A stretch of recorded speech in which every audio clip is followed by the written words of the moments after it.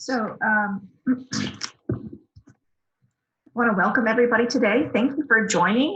This is part of our series on conversations with CCNY Chemical Engineering PhD students.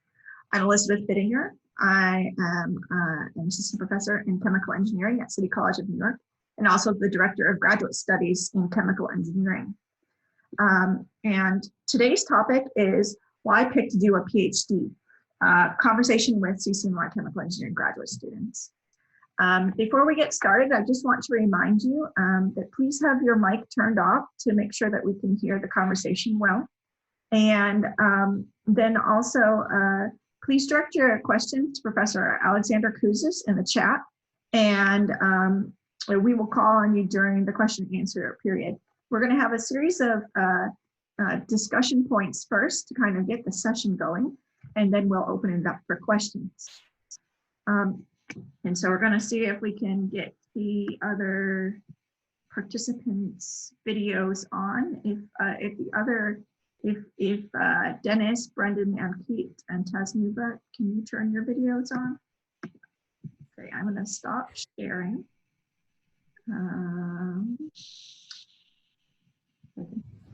Stop sharing so that we can see you better. Okay, so on this Q&A session today, or conversation, we have 4 PhD students in chemical engineering. So we have Dennis Bergner, we have Tasnuba Matoshi, we have Brendan Hawkins, and we have Ankit Kante. Then we also have Professor Alexander Kouzis, who is also part of the chemical engineering department, and he's co-moderating this activity today. Hi, everybody. Yeah, hi. All right. So I think what's important to start with is to get to know all of you as our guests. And so, Dennis, would you like to start? Can you, in just 1 to 2 minutes, please introduce yourself, like maybe what year you're in the program, where you came from, your undergraduate institution, and work experience, a little bit about who you're doing your research with and the topic. Yeah, I'd love to. So I'm Dennis, and I am from Long Island, New York. I first came to New York City for my undergraduate at Cooper Union, also in chemical engineering. And then I immediately went from my undergraduate program here to City College to the PhD program, where I am currently studying on the rheology of gas hydrates and flow assurance with Professor Jeff Morris. Tasnuba, would you like to introduce yourself, please? Sure. I'm Tasnuba Motashi. I am originally from Bangladesh, and I did my undergrad in chemical engineering too from Stony Brook University in New York. And after completing undergrad in 2016, I immediately joined a PhD in CCNY. And right now I work with Dr. Marco Castaldi, and my project involves investigation of reactions in municipal solid waste bottom ash. Yeah. Ankit? Hi everyone, I'm Ankit Kante. I'm from India. I did my undergrad at ICT, Institute of Chemical Technology in chemical engineering. And then I came to CCNY in 2016. I'm the batchmate of Brendan and Tasnuba, basically. My research areas is mostly in biomolecules and interfacial science, and I'm co-advised by Professor Raymond Tu and Professor Charles Marderelli. And the project is mostly in collaboration with the Argonne National Labs and Bristol Myers Squibb Pharmaceutical Company. And Brendan? So I'm Brendan Hawkins. I grew up in Massachusetts and went to undergrad at Tufts University in Boston and graduated in 2011 in chemical engineering. And after I graduated, I moved to New York and worked for 5 years as an energy consulting engineer for construction in New York City, and then started my PhD in 2016. and I've been working on studying rechargeable zinc alkaline batteries with collaboration with Sandia National Labs, and I'll be working on batteries for spaceflight and planetary missions with NASA in the future. So, the topic of today's meeting is on why did you pick to do a PhD? Brendan, would you like to start and explain a little bit why you decided to pick to do a PhD? Sure. So when I graduated undergrad, I knew that I did not want to do a PhD. So I went into industry. And after I was working there for 2 to 3 years, maybe, I liked what I was doing, but I realized that my options of what I could do for that company were going to be limited. So I wanted to do finite element modeling. And my superiors that I could not do it because I didn't have a master's or a PhD.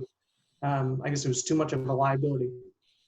So I knew that I wanted to do either a master's or a PhD, but I ended up doing the PhD because I wanted to do research. I knew I wanted to do research and not just classes. So that's how I decided.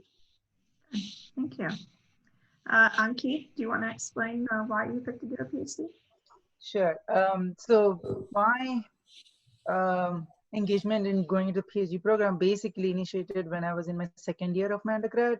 So I was been working with one of our professors in ICT, and in the group environment where I was working, I was exposed to new research areas and like how basically a PhD student works. That was the exposure given to us. And then eventually in my third and fourth year, I got interested in more and more other projects, trying to gain some knowledge in some other fields. And that's where I decided that, hey, I need to get an expertise in one of the particular areas, mostly colloidal science. And that's how I basically decided to go for a PhD program and not pick up any jobs as Brendan did right after his undergrad. And Tasneema, would you like to share your process? Yes, of course. I always knew I wanted to go to grad school. I thought I would go for master's first, but during my third year as an undergrad, when I was working in my senior thesis program, I was working with some PhD students. So I got to know how the research lab works, how the relationship with the advisor works, and I really liked it. And I realized I do want to go into academia. And for that, the straightforward option is to get a PhD. So that's why I started applying. And Dennis, how about you? So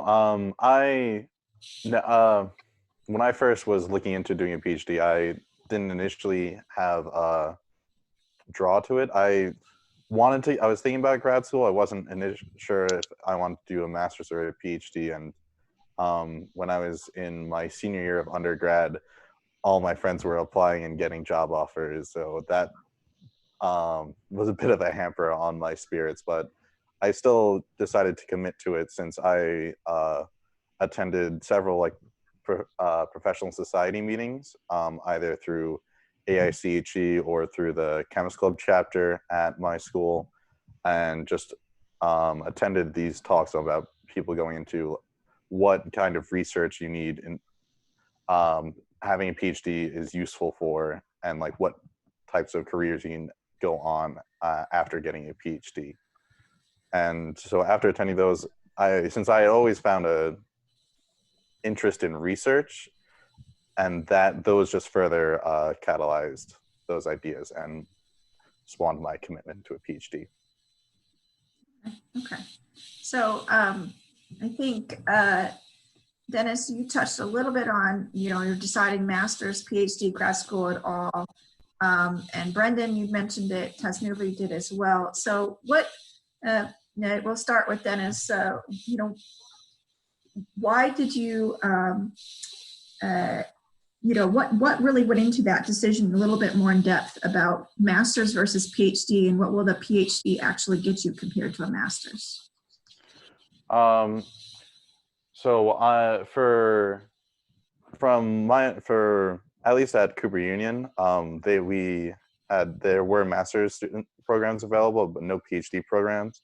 And from what I understood from a master's, it's like, oh, you get to expand a bit more on the research aspects of your undergrad. but it's more so just an expansion on like the basics that you can get from undergrad, and enables you to specialize a little bit more. While for PhD, that you just get fully engrossed in the topic that you want to, that you and your advisor are working on together. And that enables you to get really good hands-on research and explore different techniques and really develop a unique skill set for whichever topic you desire to tackle. Thank you. Brendan, would you like to talk on the topic about the master's versus the PhD? Yeah. So I think Dennis hit it. I mean, master's sort of expands on your base that you've built as an undergrad, but as a PhD, you can really, really dig in to one project, one area, and end up being essentially the most knowledgeable person in the world on that one very specific thing. And I think in addition to that, you also, you get skills, like project management skills that you otherwise would not get just through, figuring out how to complete such a specific project. And I think that's a very, very valuable skill that you get as a PhD that you wouldn't as a master's student. Yeah. Tasnuba, you also said you toyed with the idea of a master's first or a PhD. You want to talk a little bit? Yes.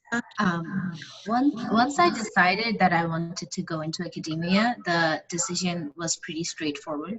So for people who want to go to academia, they eventually need the PhD to climb that ladder of assistant professor to professor. So it's a choice of, I guess, if to do it sooner than later. You can do it master's first and then PhD. I decided to get it over with altogether. Yeah. So maybe Tasnuba, you can start in this conversation. How did you identify that CCNY was the right place to do your PhD at? For me, one of the biggest reasons behind choosing CCNY was the location. I wanted to stay in a big city, and also particularly New York City. But there are other schools in New York City too that have graduate programs in chemical engineering, but I chose CCNY because some of my professors at Stony Brook advised me that even though CCNY is a small school, the graduate program, especially the research facilities here, are comparatively better than some big schools as well, and I should really look into it. And once I attended the school and visited the school and the facilities, it seemed like it had a very diverse set of research options, which was things that I was interested in. So that's why I decided to stay here. Okay, thank you. Kate, you haven't had a chance to speak for a little bit. You want to share why you picked CCNY? Sure. So for me, coming basically from India, it was a heavy decision to make on to go to abroad. And for besides research, the other important factors was location and the weather. So I do not like cold weather, so it was straightforward that I was not going to go to like Minnesota or Chicago areas, which is for windy or snowy. So for me, coming from Mumbai also, I wanted to stay somewhere in the city. So New York was kind of an option for me. But the most important thing was the research areas that I want to see myself for the next 5 years and develop my career in. With CCNY was a good fit because it has a broad research areas of colloidal to nanoparticles to interfacial science to green chemistry. So there's like many opportunities when you go into such a broad spectrum of areas or a school, because then you can get to pick whatever you want based on the projects that are available. So that was most the decision factor, but deciding factor. But yes, the location and the weather were the important factors for me too. So that's how I chose to come to CCNY. All right, how'd the weather work out for you? Pretty good. It's better in New York as compared to, like, I have been going to Argonne National Lab, so it's in Chicago, and it's super windy. Like, I basically do not come out of the lab, and I just stay inside, do experiments, because it's just, I cannot just handle the cold weather. That's why. Okay. Brendan, how about you? Why did you pick CCNY? So like Tasnuba, I knew I wanted to be in a city.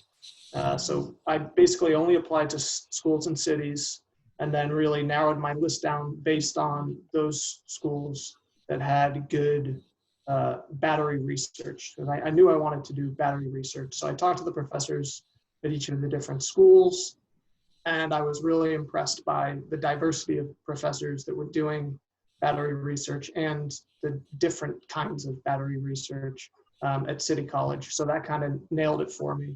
And in addition, I had been living in New York and I love this city, so I stayed here. Okay, thank you. And Dennis. So I was first interested in City College because of, like most of the others, the types of research going on.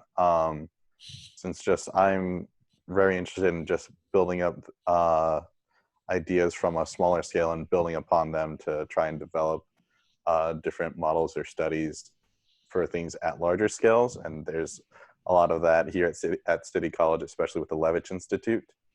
And so that very much attracted me. And at Cooper Union, which is in the city as well, City College actually sent down one of its Professor Mshinsky, as well as some of the PhD students at the time, to talk about this research. And that's when I found out just exactly all about this stuff, as well as got a better sense of the kind of community that we have here within the chemical engineering department. And that was very attractive to me. So just like seeing how well everyone interacted with one another. And so it seems like location has a role, and research has a role, and also the community that you'll be part of has a role in picking the school that you want to spend your time at for your PhD. Mm-hmm. Okay. Professor Cruz, do you have any questions? Yes, there's a couple of questions from our panelists. Okay. The first question comes from Agata. Agata, if you don't mind, you can address your question directly to the panel. Yeah, sure. So my main question is, what kind of jobs do you each individually hope to attain after you graduate? What kind of jobs are there besides industry research and academia? And are you worried at all that for jobs besides academia and industry research, such as like a manufacturing job or supply chain, things like that, do you think you'll be overqualified? All right. Who would like to take that question first? I can start. Thank you. So, I mean, I know that I want to do research, but I also know that a lot of people, you build so much math that you can really do anything that uses modeling. So there are a lot of like financial analysts that come out of chemical engineering PhD programs. I know like somebody just graduated and is doing that now. And it's tough to know if you'll be overqualified for a job, or for me to know because I haven't graduated and I haven't been looking for those jobs. But I would think that any job that I am overqualified for is not a job I want to have. Anyone else? Yeah, I would also touch base on this question. It's a very good question besides if people are thinking of choosing a different career than an industry or academia. So yes, as Brendan correctly mentioned, one of our recent alumni from Levitch Institute is being transferred directly to the financial area now. So he was like, oh, I'm enough of science now, so I want to do something in financial area. And how PhD helps is basically his research was mostly in fluid dynamics. So he was involved in computational modeling, solving too many equations, like how to basically use Python codes or C++ codes, which in some areas like help you to put above the rest of the candidates when you're applying for jobs, because you do have a professional degree and then you do have very broad knowledge of one particular area. So I think that kind of helps you and sets you aside from the crowd and gives you an opportunity to stand out, basically, if you have a PhD degree. So yeah. Dennis or Tasnuva, do you have any comments to add to that? I think the same that PhD degree gives you a lot of other skills too, computational modeling and coding. So in case after 5 years you decide that you don't be in this any area anymore, I don't think you will be stuck. Even though I didn't think about that personally myself ever, but if I do choose to leave academia or don't want to go to industry, I don't think I'll be stuck because I have gathered enough skills to use it otherwise. Yeah.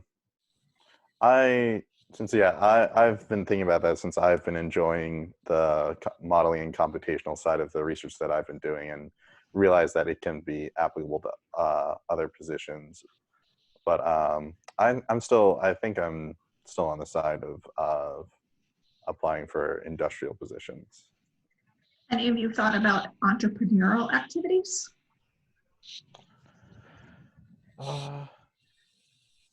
Been too busy researching. But it's certainly Not something yet. qualified for, right? You know, the Yeah. skills for something else that you could be involved with. You know? Yeah, I'll say also supply chain management, since you brought that up specifically, I would not imagine that a PhD would make you overqualified to work in that field, that would make you coveted to work in that field, because getting a PhD really does hone your project management skills. And that's, Yeah. And how much, especially all the logistics and know-how required to like succeed in that field. All right, we have 2 more questions. Agata has 1 more, so we let Agata go forward with her question. It's directed to Desnuva, and then Mike Morello wants to ask a question as well. So let's start off with Agata, and then Mike, you've got the microphone, okay?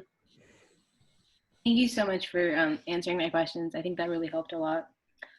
So my question for Tesnuva was, how did you know you wanted to go into academia? Was there a point in your undergrad career, maybe you were a TA, that really set you on that path? Yeah, like I mentioned, I was working with on my senior thesis when I really got involved on how to work in a lab in a research environment, and how I actually worked with some PhD students.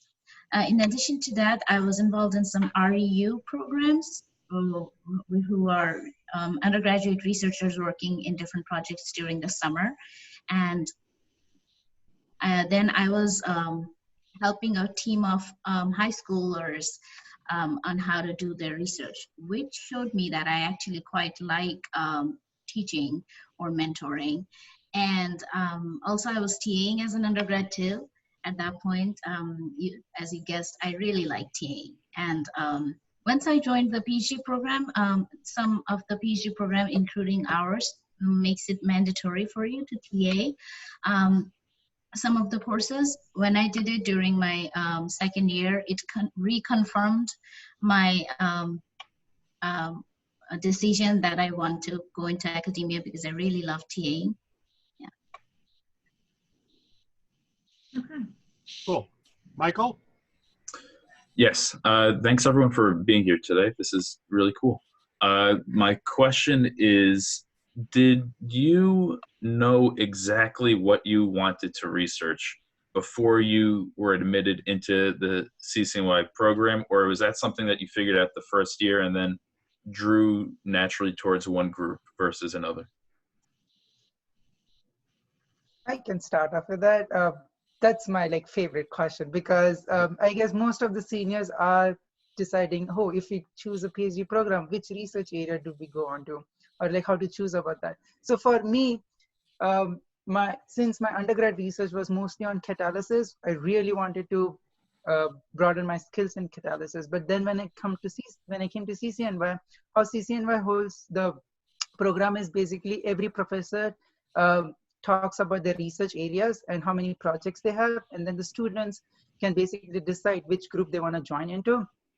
So talking to the professors there and the students changed my mind from going from catalysis, and now I'm in the interfacial science field, because then I realized keeping one specific research area might not be a good choice when you're looking for PhD schools. It's better to keep your research area broader enough, so whenever you go to any other school or talk to any professors, the talking to people basically helps you to decide if you want to join this research area or not.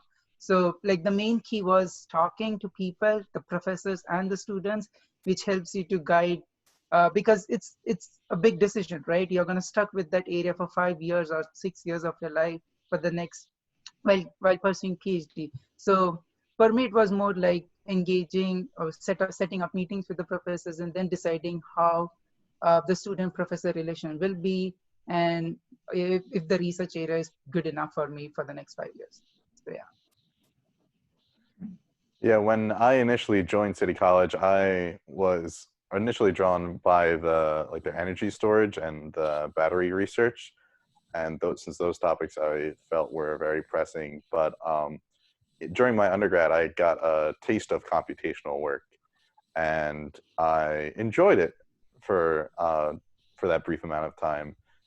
But then upon talking with professors, I realized that I could greatly expand upon this more and develop like a complete tool set with it. And that was very attractive to me. And that's what led me to working with Jeff Morris on these modeling of the gas hydrates. So I did the opposite. I knew that I wanted to work on batteries, but I was kind of a rarity because I'd worked for 5 years already as an energy consultant, and I knew that the field that I was working in was being held back by a lack of appropriate batteries to be applied. So I knew what I wanted to do. However, when I was picking professors that I wanted to work with, you pick 3 professors. You just make a list as sort of like a draft of who you get, and a professor that Ankit's working on that works in fluids and interfaces ended up making my list just because I really liked him and I could see myself working with him. So, you might think you know what you want going in, and your opinion could totally change for a number of reasons. So unlike Brendan, I joined PhD right after my undergrad, right? And I think that when you're fresh out of an undergrad, it's really hard to know exactly which research you want to work on, because you can only have so much experience from your undergraduate research. So I think it's better to have a more open-minded approach to it. And I think it's absolutely important to put just as much importance in choosing your advisor and the team as the research topic itself, because you're committing yourself to that team for 5 years. So it is important for you to like the professor, like the environment and the research topic. Thank you. It's very helpful. Do we have any other additional questions from the audience right now? Not from the audience, but may I ask a question? Please. So, and this goes to all the panelists. If somebody were to ask you, what is the thing you enjoy the most at CCNY, and what is the thing you dislike the most, what would your answer be? I say I dislike making $30,000 in New York City. Well, you make more than that. Yeah. But what is it that you like the most also? I just love doing research. So, I mean, it's worth it. It's totally worth it. And it's an investment in your future. So I wouldn't be able to do this without making that amount of money for now. And then in the future, hopefully a little bit more. But the research is definitely what I like the most. And City College specifically is great because there are so many facilities and so many different pieces of equipment that you can use. And so really you can pretty much do whatever experiments you want with the tools that you have at hand on campus. And so that's definitely a big plus of City College. So I will go ahead with what I like about CCNY first. So yes, research is important. I love doing research, and that's why we are in the PhD program. But the most important thing which I feel is the community of the students at CCNY. We are always close to each other. Basically, we host events. I have been personally in the recruitment chair event, and I'm the alumni chair. So it basically gives you some extra skills about how to talk with our alumni and get engaged and get them engaged into our program. and other stuff like we usually have our annual ski trips that we go to as in which only students are allowed. So like professors are not there, so students can enjoy basically. So those are the times basically where yes, we do something besides research, and that's what I like about CCNY. So it's not only research focused, but there are some fun activities which the students arrange and enjoy. And the thing which I dislike is, yes, the stipend, it's less, but there's a good news that the stipend has recently increased. So Professor Bittinger can focus on that later on and give you more details. But then, yeah, like there's nothing much to dislike about CCNY. Like if you love your research and what you're doing, I think it should be fine, and you can enjoy the next 5 to 6 years of your life doing PhD. So, yeah. Yeah, I'm in a similar boat as Ankit of I really like the community here. Like that's what drew me here, and being able to like hang out with all the other PhD students and cooperate with one another, since you can even ask them about like your own research topics. So like if you're struggling with a problem, you can go to another student and they'll definitely at least try to help you out with it and maybe even solve it. And solving problems with my research is just very fulfilling to me. Like whenever I'm writing code and it actually runs without any errors and does something that's not completely wacky, it makes me so happy, and I just like, yes. As for something I dislike about CCNY, I'd probably say like the paperwork of just like getting things filing in the right places and to the right people. That's probably my least favorite thing, but you're not doing that every day, at least you shouldn't. That's Nuva? Yeah. Yeah, so I also like the environment, and I think that it's exceptional how close-knit our PhD department is, because I know in a lot of other departments, even in our college or in other colleges, are not like that. Because I think a part of it is because everyone, even though they are working in different research groups, we have a shared office space where everyone sits. So we have more FaceTime with each other, and we are very good friends. We become good friends eventually, and everyone is there for each other. There's a very positive vibe going around, which I think is very amazing, and I'm thankful for it. And something that I hate, something that I did not like, but it has been solved now, so I'm just going to mention it. When I joined PhD in 2016, in the first 2 years, we were pretty much very burdened with a lot of coursework. So I did not like that. I felt very stressed, but now the coursework, the number of courses and credits that need to be taken has been reduced. So that problem has been solved. So okay, yes, please. Yeah.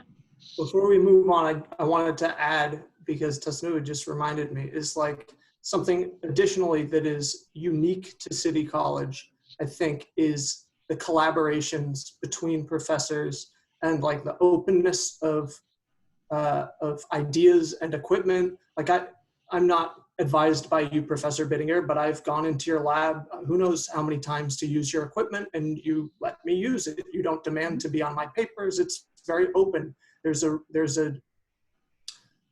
sort of a, what's the word? People are very willing to share. And I think that that's something that I've heard from my other friends that do PhDs it's not the case at other schools. People can be very private, and that's a great thing about our school. And I also think that extends to the amount of like co-advised PhDs as well, since there's a fair number of people that have like 2 or more advisors, I feel.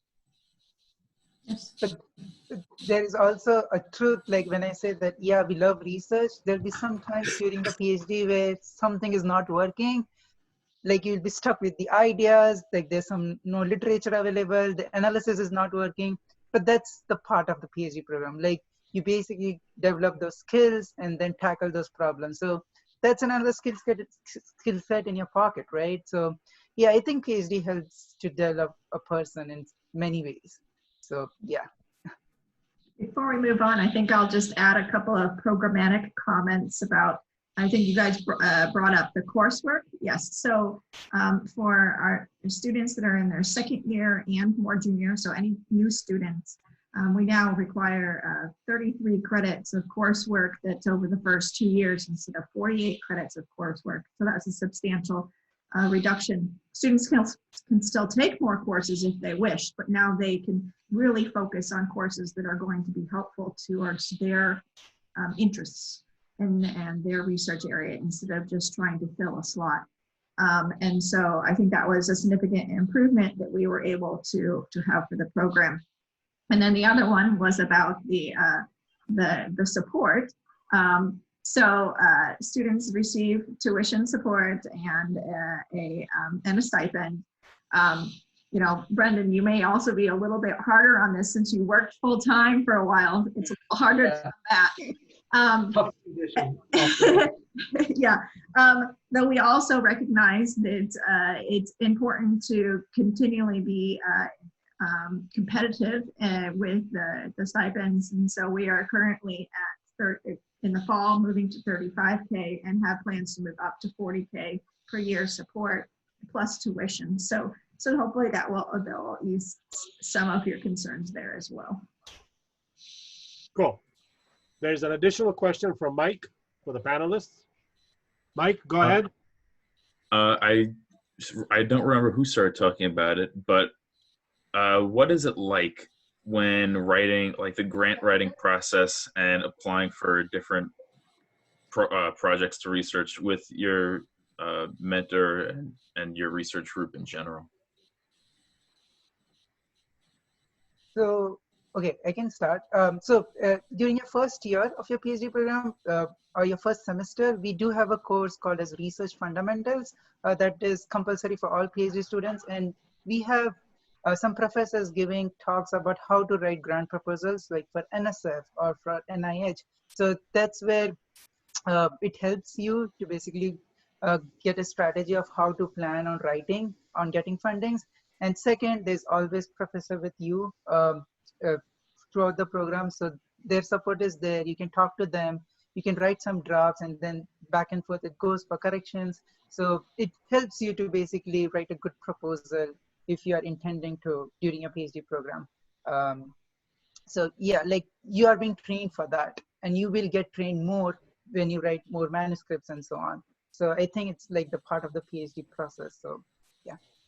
I'll add that though you can contribute to writing grants, at least as far as it's been for me, I haven't had to write grants. Like I haven't had to apply for money. My professors have been well funded and I get funded through that.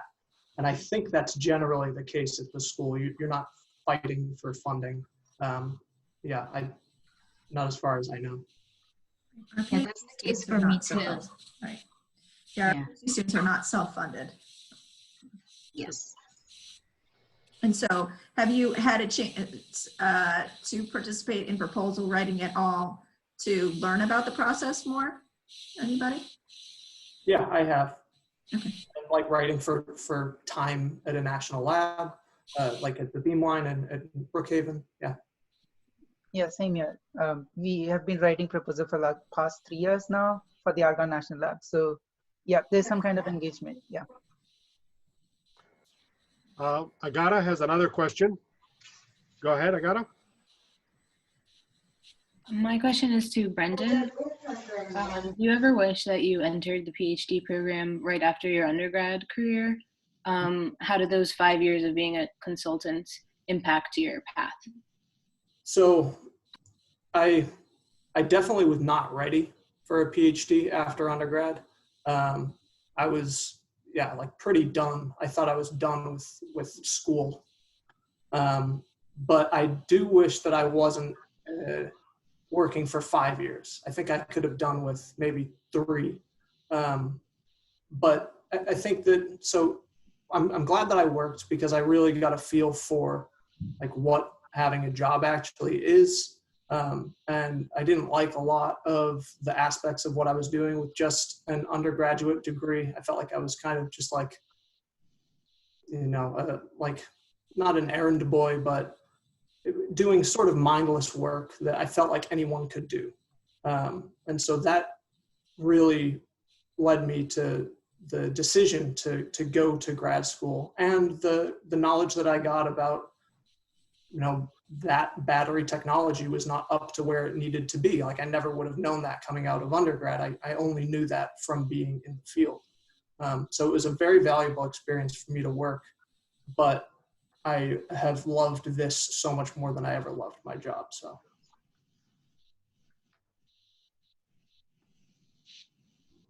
Anybody else want to comment on that? That maybe any of you wish that you had done anything beforehand, or maybe a co-op experience or something influenced it, or other things that influenced your preparation? So during my undergrad program, we are supposed to do an internship with a company, like that's a part of our school, like it's a compulsory thing that we have to do.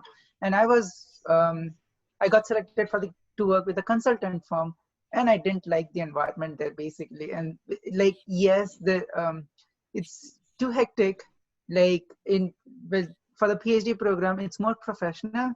Like, you don't have to be like, you have to come to school like 9 to 5, or it's something like restrictive. You have more freedom basically to work towards your research. So that's kind of thing which I felt like is not in the company going right from undergrad. And that's why I decided to like go for a PhD program. So yeah. Okay, so do we have any other questions at the moment? No, we do not, Elizabeth. Okay, so I can ask another question. And this kind of trails into some of the conversation that we've been going on right now. Is, in your opinion, what was the most important thing for you in preparing to be able to do a PhD? For me, it was easily my research experience, because if not for that, I would not have anything to write in my SOP, the statement of I forgot what it's called. Purpose. But Purpose, yeah. Yeah, statement of purpose, SOP, yeah. And also when I was talking to different professors or emailing different professors to different schools, I had to start off on like some research experience that this is what I've worked on. I want to work on these different things. But I think that if I did not have any research experience, it would have been very, very hard for me to try, if not impossible, but very hard. Yeah. And the other things are a good score in GRE and a good GPA. That's pretty basic. Others? For me, it was working. That definitely was, I wouldn't have done it if I hadn't have worked. And I just talked about that. But yeah, it's, there's not much I feel like there's not much you can do to prepare. Everyone's going to have a different reason of what was the most important thing for them, but there's not much you can do to prepare for it. It's a unique experience. Yeah. So okay, go ahead, Dennis. Just over the course of my undergrad, when I was doing research with several professors, or with 2 professors, just understanding all the thought behind it and what can be gained from doing that research just instilled me with like seeing just like the value that it can that can be gained from performing it, and just seeing all that it can lead on to. It just invigorated me with drive to do it. And so that's really like doing research with them was kind of like the spark that wanted me to continue that on within my PhD. Yeah, so for me, yes, research is important because that adds an experience in your resume or something like that. So that kind of helps to stand out from other applicants who are applying. But then also, besides good score in GRE or TOEFL, if you are an international student, I think the experience of like choosing schools, like narrowing down the schools that you want to apply to, which research areas is some schools are specific into, like for example, like CCNY is more known for fluids or green chemistry or biomolecules. So like that experience to basically think about different schools in the US and some other countries that was kind of a unique experience for me while applying for PhD. So that was kind of something new, which you don't learn during your undergrad program, like which no one teaches you, but you have to do it yourself because you have to set your career for yourself, right? So yeah, that was kind of something new for me while applying for the PhD. So some research background certainly helped to try it out before you make the big long-term commitment. Hearing that. Yeah. But then also, doing a little bit of homework, and of course, the grades and test scores certainly can help open more doors for you. Yeah. Mm-hmm. All right. Any other questions that we have? There are no more questions from the audience. Okay, so I think maybe we can kind of wrap up here with, I think, a final closing question is, what advice would you give to someone who's trying to decide if they want to do a PhD? Ankit, do you want to start with that? Sure. So one advice would be, no matter which school you choose for your PhD, talk to the students. Like those are the ones who are going to tell you the reality of what the research group is or what's the situation in the school. Even when you're applying to schools, make sure that if you shoot some emails to the professors or to the students in the group, maybe like you send 20 emails and 1 or 2 replies from that, it's still a bonus for you, right? Maybe that will give you an opportunity to decide or think like if this school or the research group is good to work with or not. So that's what I've learned during my whole PhD. So the main thing which I would focus is talk to the students. That will help you a lot. Yeah, I would add with that, talk to the professor as well, because I think that do not underestimate the relationship between you and your advisor and you and your teammates when making your ultimate decision on which school or which research to join. Because you can pick the perfect subject that you're very passionate about and still hate your work if the environment is not right for you.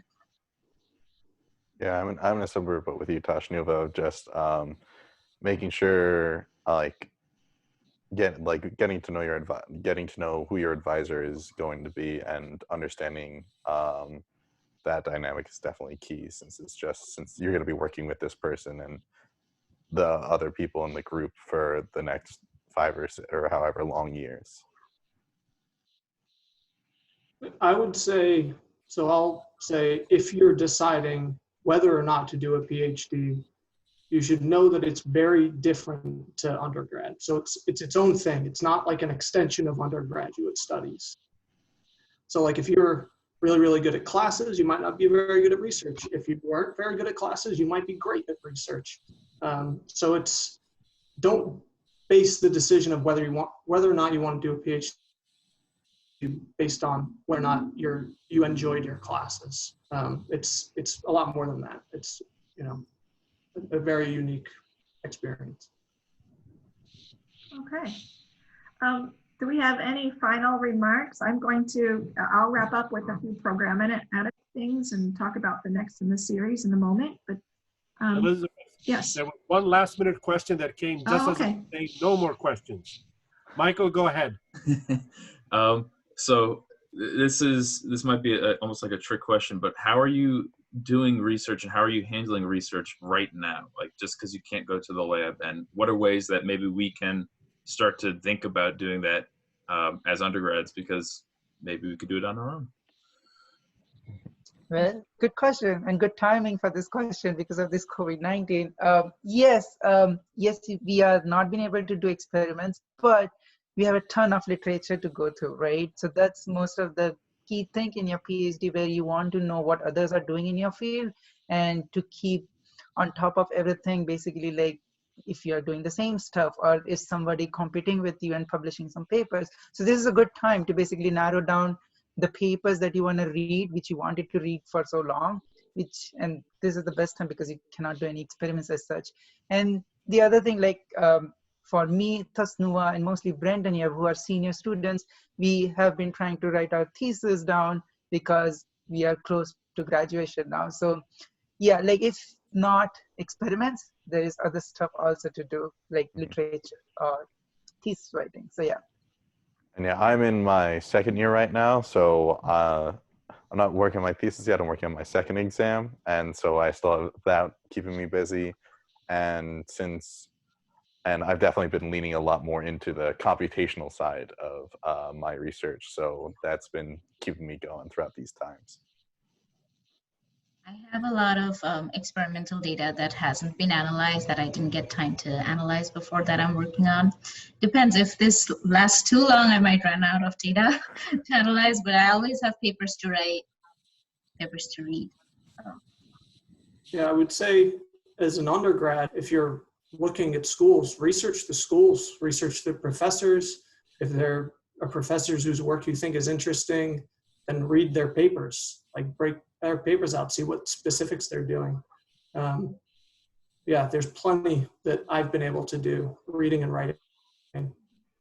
And also attending webinars, like not only this that you have been attending, but there's several webinars by CHE or some companies about how an instrument works. So if you're just interested, or you know that, let's say if you want to work in batteries, so you're going to use some device, let's say FTIR or like IRRAS or something like that. So electrochemistry knowledge if you want to know. So there are many webinars which have been going on. So this is the best time basically to get involved yourself in doing that.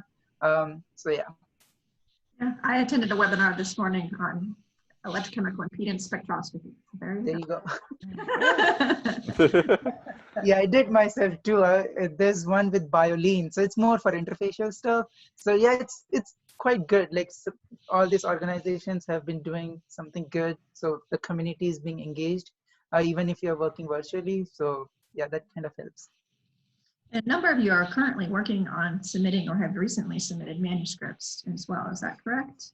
Yes. Yeah. Yeah. Okay. So that's a good thing. And Dennis, don't worry there, right? Yeah. The early start, you know. Yeah. So proposing the work first. That's what comes first. Okay. And okay, great. Those are great questions. Any other things that anybody would like to add? From the panelists?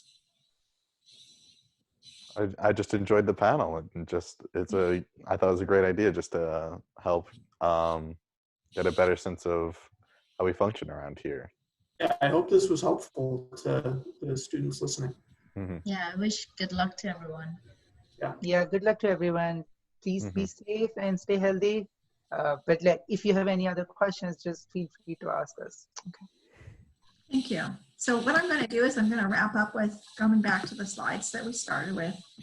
And so this is what we had today. So I want to thank the panelists again and thank Professor Cruzes for your assistance in running this as well. It's very helpful for that. And then I also want to just point out that this is part of a series. We are going to have another one a week from today on what's it like to do a PhD. And so you're going to hear even more in depth about what's it like actually during the studies. Whoops, I have this on timer. And we'll have a new set of students who hear different perspectives of that. And this is going to be part of a series, and so you can find more on our department website. Also, just highlighting that we are a very research active department, and you can see some of the numbers here on our research activity and the number of awards that our department has been identified for. And then we have cutting edge research in energy and environment, and materials and interfaces, biomolecules and biotechnology. We are competitive in our stipends. And for the master's and the PhD, we have extended our application deadline to July 1st for this year because of the pandemic. Though I have the deadlines here for the rest of the applications. And I would like to thank everybody again for their participation, and please join us again next week. And thank you. Thank you, everyone. Thank you, everyone. Thank you. Thank you, everyone. Take care. Stay safe. Thank you.